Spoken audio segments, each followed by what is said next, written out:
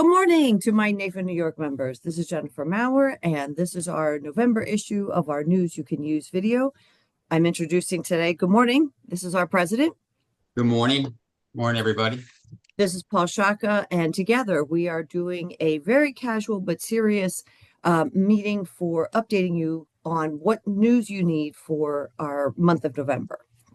And without further ado, I'm just going to start sharing my screen so that folks can follow along with us as we take you through a bunch of legislative and events and other member benefit programs. So without further ado, let's start talking about what we were talking about from our last blog post. We had a very major win for us. It's going to be housed on our website here at the New York chapter page momentarily. We signed into law, the governor signed into law 4228, which addresses the ongoing problems with product availability. If there's a conversation I have had with just about every NAIFA-New York member, it's that. And we're happy to let you know that we continue to make strides. And now that it's signed into law, Paul, what's the next steps with DFS that we need to begin working on?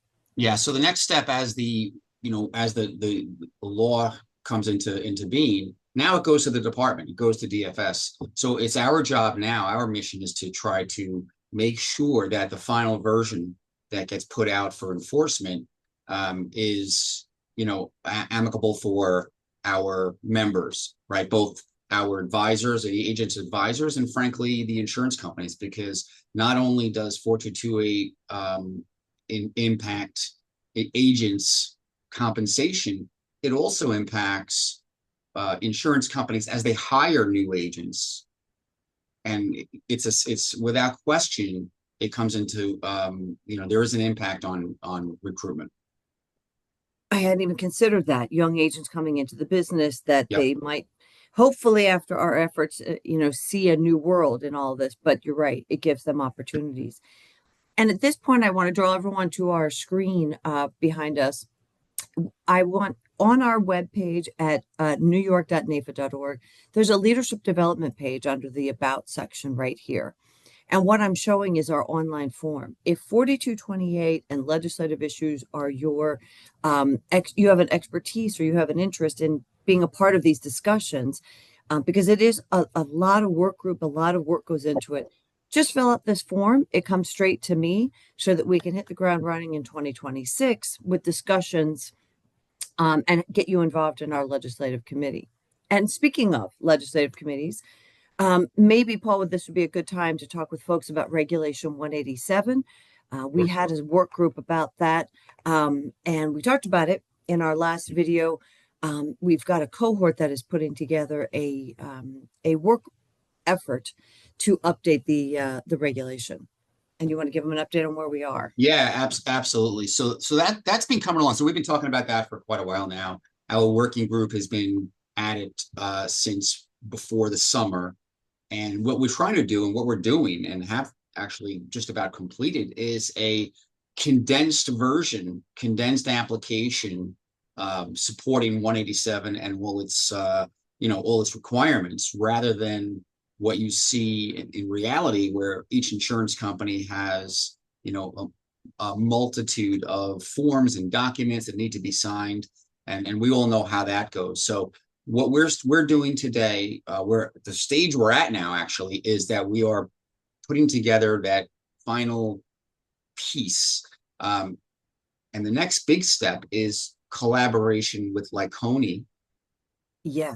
Before presenting this to the department, to Peter Dumars at DFS. So that's what's going on there, and we look forward to getting this in their hands. Wonderful. And I think that's a great segue into talking about a partnership, right? Yeah. It's not just what we do. We have hired one of the top 5 lobby firms, Greenberg Traurig. Your member dues are invested in an incredible law firm that not only has expertise in product availability regulations, but also in employee benefits and employee health, which we're going to segue to in a moment. But I think it'd also be important to mention that, Paul, you do meet with the members of Lyconi and the leadership, right? Yeah. We just did that in October. If there was a You wanted to Yes, bring that up. yeah. I spent a few days at their conference, the Lyconi conference in Cooperstown. Had a great opportunity to meet and work with the leadership of Lyconi, not to mention all the visiting members of the department who were there, as well as the legislature. So it was a great event. Made a lot of great contacts. Some of those contacts from the prior meeting conference 2 years ago really were able to lead us to the meetings with the department through those relationships. So that's kind of where the grind comes in, and but it's going well, and we have it's I think it's ours to it's ours to make the changes. We have the opportunity here, and they're giving us the opportunity, and we're definitely going to take it.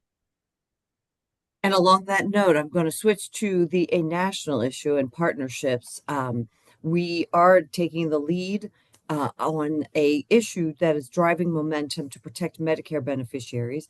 It has brought out conversations and input from the PNC folks, from PIA, who's reached out to talk with us.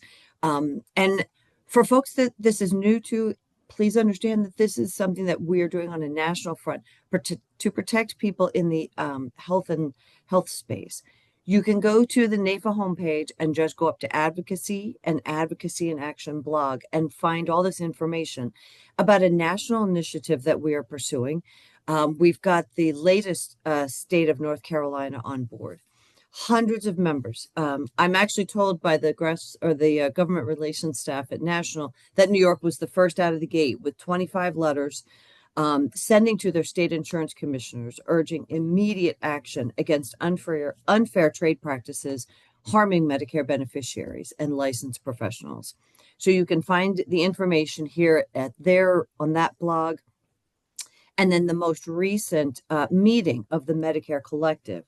The Medicare Collective is part of our Lifetime Health Care Center, and it is a group of companies that have joined that coalition to work with officials at the Centers for Medicare and Medicaid Services, discussing the role that brokers and agents provide guidance, they provide services, they provide protections, and they're bringing together all of these groups to illustrate the concerns that we're not adequately helping seniors, we're not adequately helping people navigate that benefit space. And so, Paul, again, this is another one of those national fronts that NAIFA is not only in front of, but leading the charge. And it creates an opportunity for us to talk about our own efforts with our employee benefit cohort that we've created. Yeah. So another exciting development is this the employee benefits cohort. See, we've put together and we've reached out to a number of people in the industry who play in that space, who work in that space, and we brought in I think some pretty good brain power because I think most of the focus thus far has been on the life insurance side, and I think we'd be remiss to not include the health side and the employee benefits side just as much. So towards that end, we put this cohort together, got a bunch of good people together who have a lot of knowledge, who have a lot of experience in that space. And we're going to try to, move the needle positively for us and for our consumers, our clients. The other thing is, obviously, if anybody has a desire or, to learn more, obviously you can go to our site, but equally and probably more important, we would love to have a conversation and perhaps include you or include people in the cohort, because that's how this is going to work when we're all pulling together.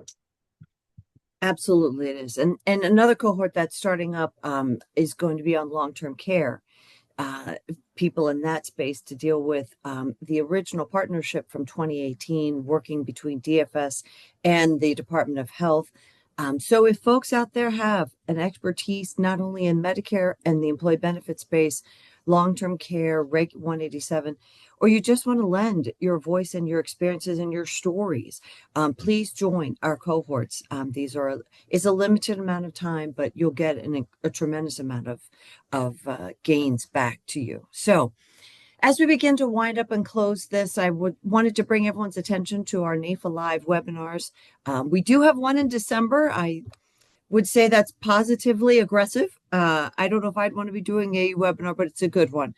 Mark Curtis is going to be speaking on December 18th on success teams and the future of wealth management. We do have our February speaker lined up on February 19th. The topic will be Talk So Clients Listen, the art of connection that drives your success. But NAIFA Lives are always the third Thursday of the month, so we have our dates listed here. You notice we are missing November because we will be launching a brand new conference called Protector on November 9th to 11th. That will be in Las Vegas, and it will also house our National Leadership Conference, amongst others. So on that note, I would let everyone know, and I'll bring up our own chapter webpage. Under advocacy is where you'll find information about the bills that we talked about. We will have our 4228 page up there very soon. And we're also working on our events. You will find our 2026 calendar has been approved in just early November. So now we will start launching those events so that they go live at the first of the year. We'll have our entire calendar for the year, so you can put your calendar events out there. So Paul, in the spirit of Thanksgiving and wishing our families, I wanted to give you some last minute thoughts. Yeah, so I want to, of course, wish everybody a happy and healthy Thanksgiving. This is my favorite time of year. I'm sure a lot of you as well. But I appreciate. I'm thankful for all the support that we've gotten from members. Well, of course, from NAIFA National, our staff. So Jennifer specifically, she's doing all the heavy lifting.